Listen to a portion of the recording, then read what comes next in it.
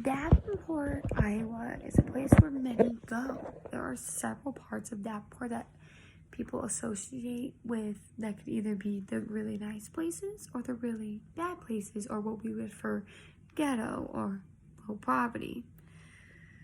There is a West End that is further down past downtown Davenport.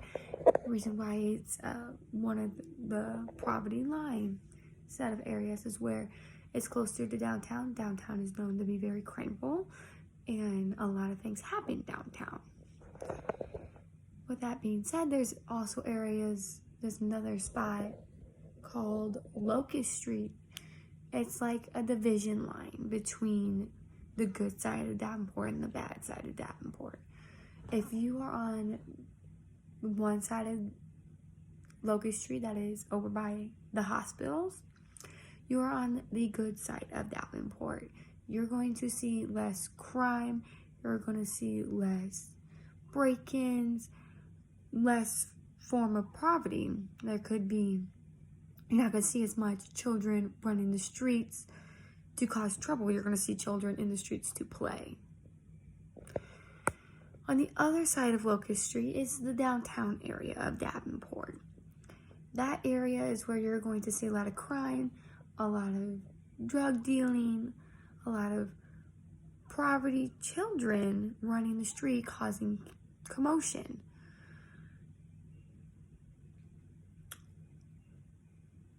That's the side where kids normally tend to get in trouble. It's not the nicer part of town. There's always every city has their ups and downs. There's a nice side of town and there's a bad side of town.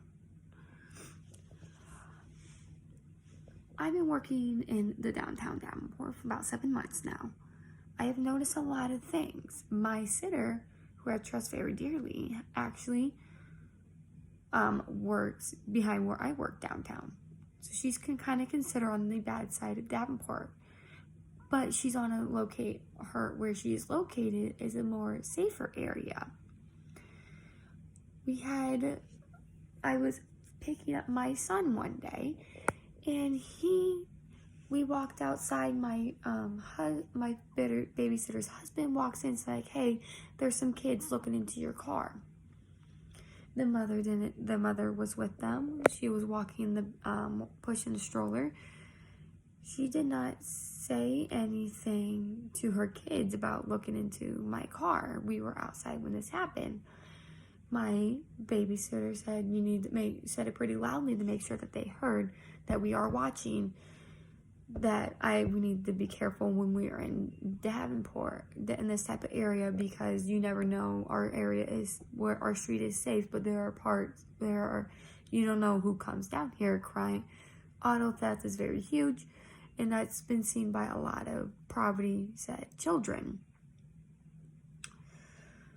The kids who were there were under the age of 10 years old. They said they were swearing back at my sitter, all these other things about that. And the mother apologized, but the way she said, this is what she said: I'm sorry about them. They are ghetto. If you have a parent saying that they are just ghetto, excuse their behavior, they expect it's brush it off, it's okay. That is the problem with downtown Davenport. I had picked that up in the last 7 months of living here. The poverty children are looked upon as troublemakers, but we don't do anything about it. We brush it off that they're just going through a stage, or their parents don't have that kind of money or time because they always have to work to make sure they have maybe some food on their plates or a place for them to live. There's no place for these kids to go. There are after school programs at schools, but only to a certain time.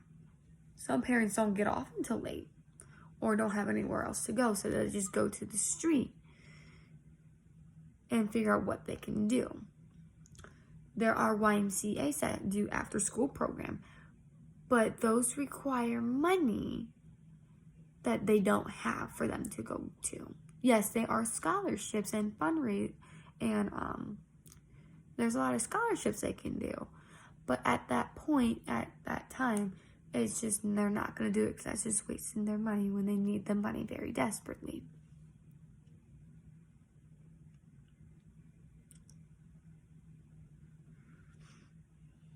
Like the streets is for another place. It's like their therapy where they can get away from the stress of their home life and go maybe take it out on something. So I was doing a lot of research throughout this course of possibilities, what we could do. I came across a get kids off the streets program in Los Angeles, California. This program is meant for poverty children who cannot participate in sports because their parents cannot afford for them to go. It's a soccer where the kids can come onto a soccer team. They're learning about discipline, and it's keeping them off the streets. That's the main goal. That's my main focus, is getting the kids off the streets, doing something that is either going to help them in the long run and going to benefit them, then that's going to put them behind bars.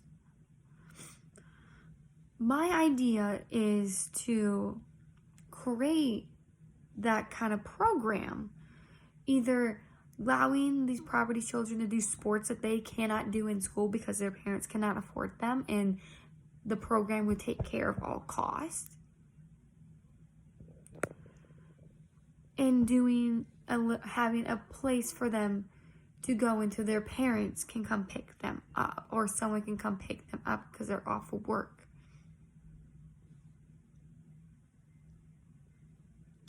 I work in a nonprofit organization, and we are expensive when it comes to childcare. There's nothing I can do about their price, but I can do something by proposing this. What I'm asking for you guys to do is to sit down, take a look at your poverty, and look how many children are in there. These children do not have the lives that we do. So, what if I want you to think about, what would you do if your child was on the poverty line and was on the streets causing chaos and being seen as a troublemaker because they didn't know what to do? Are you willing to make a change and help get involved? Or are you going to stay back and watch it happen and then end up regretting their life choices? No child should ever have to go through that. And that's my focus. This is my invitation assignment. This is my signature assignment. This is my focus, and I'm very passionate about it. Thank you all for watching, and I appreciate it.